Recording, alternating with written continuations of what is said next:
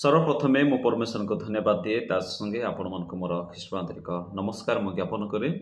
आज आम देखुवा शैतान किए एवं शैतान जितेबाला कहला 5 थर मो शब्द व्यवहार कला जिसाया 14 अध्याय शैतान प्रति कौन है से संपर्क आज आम आलोचना करुवा प्रिय लोक मैंने ता पूर्व आलोचना मध्य को जीवा पूर्व आसतु गोटे शास्त्रांश आम पढ़ा जिसाय 14 अध्याय 13 और 14 पदर ए प्रकार लिखा जाए मु आपण मान निमंते पठन करी। पुणी तुम्भे मने मने कहिथिल आम्भे स्वर्ग आरोहण करिबा, आम्भे परमेश्वरंकर नक्षत्र गणर ऊर्ध्वरे आपण सिंहासन उच्चीकृत करिबा, आम्भे उत्तर दिगर प्रांत स्थित समागम पर्वतरे उपविष्ट हेबा, आम्भे मेघमालर उच्चस्थलीर ऊर्ध्व को आरोहण करिबा, आम्भे सर्वपरिस्तंक तुल्य हेबा। शैतान इच्छा करथिला ता पूर्व शैतान को एव्री भाषा रे हा शैतान बोली कह जाए तार तो से होचंते आक्यूजर अर्थ है से भाई मानक मध्य से कौन कलिर बीज बोपनकारी एवं ग्रीक रे दियाबल बोली कह जाए जोटा कि दियाबोलस बोली कह जाए डेविल जोटा कि स्लेंडर बहुत चतुर। तो शैतान सब मुहूर्त रे से चेष्टा करे जे विश्वासी मानक कि प्रकार भाव से कौन करिवो जाल रे पकइबो। शैतान रो प्रथम विषय है सेटा जे सब बेले से चिंता करुए पांचु थाए उपाय प्लानिंग करुए जे गोटे विश्वासी गोटे प्रार्थनाशील व्यक्ति गोटे पालक को गोटे गोटे बाइबल जानी लोक मु कि प्रकार धरबी। शैतान रहा हूँ मोटो शैतान एम शैतान मुख्य लक्ष्य है जे गोटे आत्मिक विश्वासी को किपरि तांकर आत्मिकता को कौन कर नष्ट करने सब बेले शैतान चेष्टा करुए। प्रिय लोक मैंने शैतान प्रकृत मोटिव होचे गोटे लोक को पूरा नष्ट करदवा तांको सहित नरक नहीं कि जीवा। जेतेबेले परमेश्वर स्वर्ग रे समस्त दूत मानक से निर्माण कले सृष्टि कले सेही समय रे दूत मानक मध्यरु लुसिफर नामक दूत को से कौन कले अधिकार देले किछि विषय रे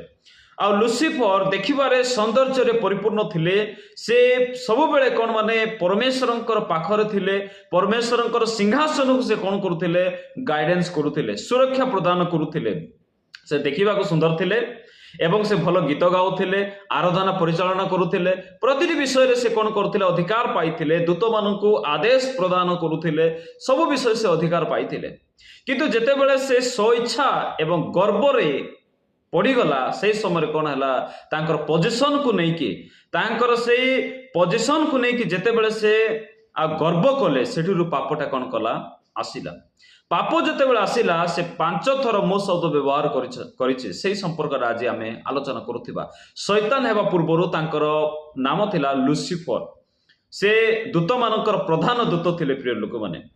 तो आसतु आम जहाँ अध्ययन कलु से विषय आम देखुवा जिसाया 14 अध्याय 12 ରୁ 15 जाए जदि आप देखिए जिहिजिकल 28 अध्याय जदि 15 ରୁ 17 जाए देखिए एठारे गर्व विषय लिखा जाए। गर्व कौन प्रिय लोक मैंने आम बेले बेले गर्व मु करुछि बोली आम जानि न थाउ गर्व आम मानकर दाढ़ी परी पुरुष लोक मानकर दाढ़ी परी गर्व आम सकाळे खेरेबो आ गोटे दिन आम कौन मैंने बाहरी जाए दाढ़ी तद्रूप गर्व मध्य प्रत्येक दिन प्रत्येक लोकंकर बढ़ी थाए। तो गर्व गोटे लोक को कौन करता है विनाश करता है आध्यात्मिक जीवन रे से कौन ह्रास पाई थाए से शैतान कौन है तांकर गर्व सकाशु कौन है से पाप सकाशु से कौन है पतित हेले। तो 5 थर से मो शब्द व्यवहार कर विषय आम देखिलु। प्रथम नंबर विषय से कहले कौन जे से मने मने चिंता कले आम्भे स्वर्ग आरोहण करिबा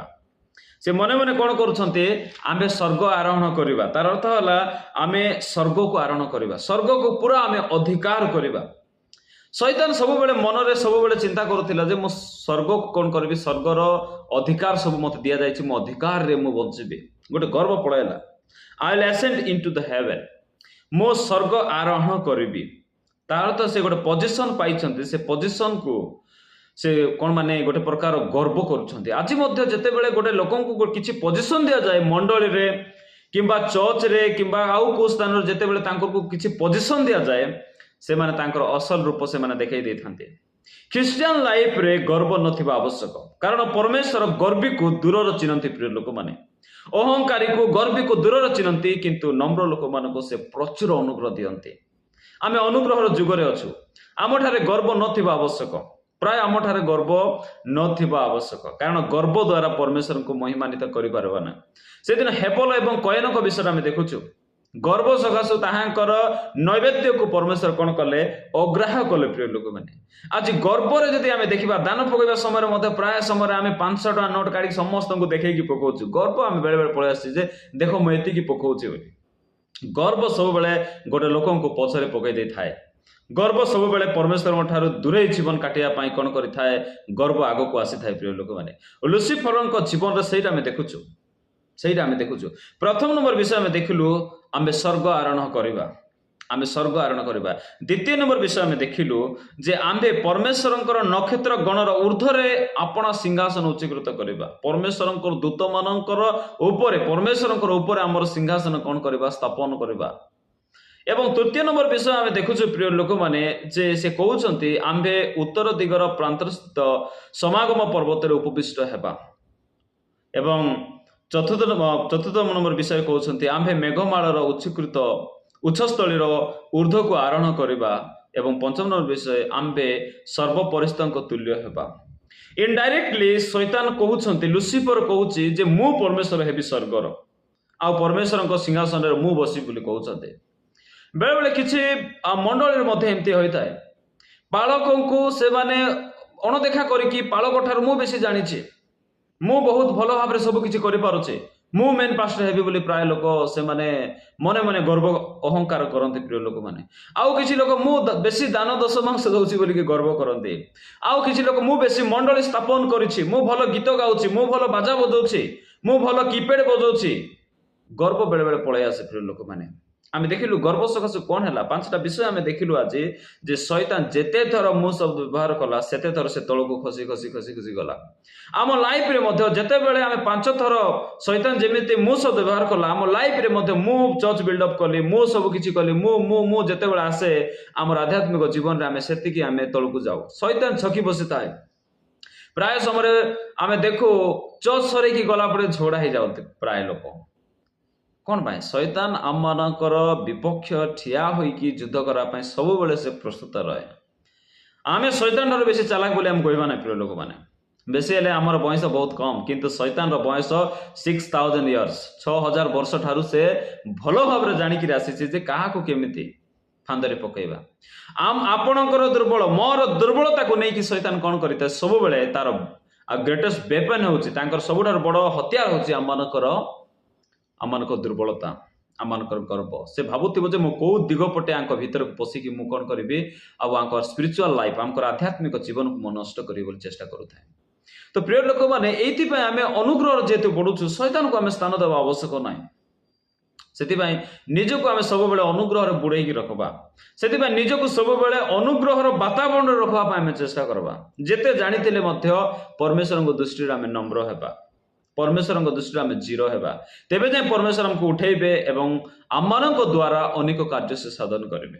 तो आम देखिलु केबे आम निजक गर्व करवा ना आम गर्व न करिकी आम ख्रीष्ट को जानीचु बोलिकी आम दर्प करवा मु भल गीत गाउची प्रभु तुम पाई मु दर्प करी प्रभु मु भल बाजा बजाउची प्रभु धन्यवाद एटा मु दर्प करी कारण मु जा होई अछि ता ख्रीष्ट अनुग्रह मु होई अछि मोर क्रियाकर्म द्वारा मु होई नाही मु मोर पाठ सकाश होई नाही मोर सौंदर्य सकाश होई नाही प्राय लोक शैतान विषय जिते आम पढ़ू शैतान मेसेज शुणला परे शैतान अनेक प्रलोभन आनी थाए अनेक आम अनेक जाल पाति थाए से आम प्रस्तुत हेबा एवं जेपरिकी शैतान समस्त चतुरी विरोध में ठिया एफिसियो 6 अध्याय से आम परमेश्वर आम निमंते अनेक सजा रखिछन्ते सेटा को आम परिधान करबा से प्रिय लोक मैंने आपण मानक इनकरेज करी जे परमेश्वर अनुग्रह बढ़िबा परमेश्वर प्रेम बढ़िबा एवं परमेश्वर ठारे ही आम बढ़िबा केबे निजक गर्व करी मु मंडली स्थापन कली मु आंकु आनिली मु प्रार्थना करबार से सुस्थ हो गला no you don't have power आपण पाखे पावर ना आपण पाखे शक्ति ना आपण प्रार्थना कले किछि हेबो ना जो पर्यंत परमेश्वर उत्तर न देबे all credit must go to God प्रत्येक से ही क्रेडिटा परमेश्वर को जीवा आवश्यक जे परमेश्वर आपन को सुस्थ कले मु प्राय लोक को जानी प्रार्थना करेंगे देख तुम जदि किसी पैसा न देले तुम सुस्थ हो पार ना एमती अनेक लोग शिक्षा दिखते प्रिय लोक मैंने ମୁଁ କହିବା ଆବଶ୍ୟକ ନାହିଁ। ମୁଁ ଯାହା ହୋଇଛି ଈଶ୍ୱରଙ୍କର ଅନୁଗ୍ରହ, ମୁଁ ଜିରୋ, ମୁଁ କିଛି ନାହିଁ, ମୋ ଠାରେ କିଛି ନାହିଁ। ନା ଗୀତ ଗାଇବାର ଶୈଳୀ ଅଛି, ନା ବାକ୍ୟ ପ୍ରଚାର କରିବାର ଶୈଳୀ ଅଛି, ନା ପରମେଶ୍ୱରଙ୍କ ନାମ ନେବା ପାଇଁ ମଧ୍ୟ ମୁଁ ଯୋଗ୍ୟ ନାହିଁ। ମୁଁ ଯାହା ହୋଇଛି ଈଶ୍ୱରଙ୍କର ଅନୁଗ୍ରହରେ। ଏଥିପାଇଁ ନିଜକୁ ଗର୍ବ କରିବି ନାହିଁ, କିନ୍ତୁ ନିଜକୁ ଦର୍ପ କରିବି ଯେ ପରମେଶ୍ୱର ମୋ ପରି ଲୋକଙ୍କୁ ପ୍ରେମ କରି କିଛି ମୋତେ ଉପାଧି ଦେଇଛନ୍ତି। ତ ଏଥିପାଇଁ ପ୍ରିୟ ଲୋକମାନେ ଆସନ୍ତୁ, ଆମେ ମୁଁ ନ କହିକି ପରମେଶ୍ୱର ତୁମେ ବୋଲିକି ସବୁବେଳେ କହିବା ଏବଂ ପରମେଶ୍ୱରଙ୍କ ନାମକୁ ଆମେ ଗୌରବ ପ୍ରଦାନ କରିବା। ମୁଁ କହିଲି ପରମେଶ୍ୱର ଗର୍ବୀ ଅହଙ୍କାରୀ ମାନଙ୍କୁ ଦୂରରେ ଚିହ୍ନନ୍ତି ଏବଂ ଯେଉଁମାନେ ନମ୍ର ସେମାନେ ଡାକିକି କ'ଣ କରନ୍ତି? ଅନୁଗ୍ରହ ପ୍ରଦାନ କରନ୍ତି। ସେଥିପାଇଁ ଆମେ ଅନୁଗ୍ରହ ପାଇବା ପାଇଁ ହେଲେ ଆମେ ନିଜକୁ ନମ୍ର କରିବା। ଅଲରେଡି ପରମେଶ୍ୱର ଅନୁଗ୍ରହ ଦେଇଛନ୍ତି, କିନ୍ତୁ ମୋତେ ନମ୍ର ହେଲେ ହିଁ ଅନୁଗ୍ରହ ଦେଖାଯିବ। ଗର୍ବୀ ହେଲେ ମୁଁ କେବେ ମଧ୍ୟ ଅନୁଗ୍ରହ ଦେଖିପାରିବିନି। ଏଥିପାଇଁ ଗର୍ବ ଅହଙ୍କାର ଆମେ ଛାଡ଼ିବା, ପରମେଶ୍ୱରଙ୍କର ପ୍ରେମରେ ବଢ଼ିବା ଏବଂ ପରମେଶ୍ୱରଙ୍କର ପ୍ରେମର ବାର୍ତ୍ତା ଆମେ ଆଗକୁ କହିକି ଯିବା।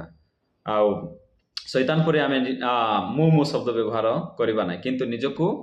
ପରମେଶ୍ୱରଙ୍କୁ ମୁଁ ପାଇଛି ବୋଲିକି ଆମେ ଦର୍ପ କରିବା, ଆନନ୍ଦରେ ଖ୍ରୀଷ୍ଟିଆନ ଜୀବନକୁ ଆଗକୁ ବଢ଼େଇବା। ଏହି ଅଳ୍ପ ବାକ୍ୟ ଦ୍ୱାରା ପରମେଶ୍ୱର ଆମେ ସମସ୍ତଙ୍କୁ ଆଶୀର୍ବାଦ କରନ୍ତୁ। ଆମେନ୍। ସମସ୍ତଙ୍କୁ ନମସ୍କାର।